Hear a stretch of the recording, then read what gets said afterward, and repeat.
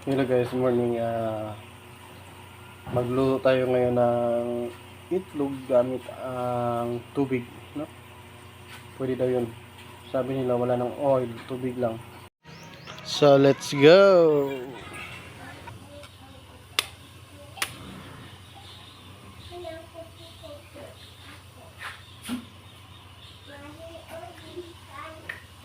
So, ayan guys, nalagay na natin yung itlog guys. Hindi oil yung gamit natin guys, sa tubig yan. So, tingnan natin kung ano ang luto ng tubig.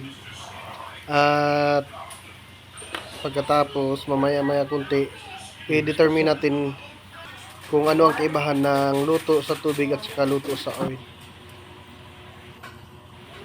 Kani guys, sa ikaduha na to ning itlog, pero tubig gihapon na to ang igamit guys.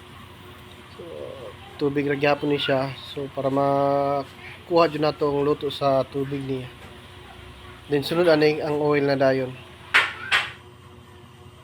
Luto na siya. Pwede na siguro nato ni karon guys, kuhaon. Karon guys, i-try na po nato ang magprito tag itlog gamit ang oil. So maghuwad tag oil atong painiton. Dayon pag mainit na ang oil sa kalaha, ato dayong butangan og itlog. Asa naman itong itlog na to, Nara? Nara guys, narang itlog, oh. Mao na siya guys, oh. Oil lang gigamit diha. Nindot man uning pagkabuakan no, kay tibuok man nun kayo ang yelo, wala man nabungkag. Basta to nang i-determine ron guys, ug asay nindot. Na guys, luto na siya. Pwede na nato ni kuhaon.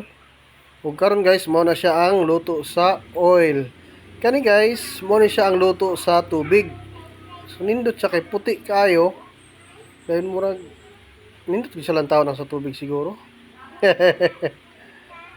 So guys, lantawan ninyo kamo na ihukom ug asay nindot ang sa tubig o ang oil.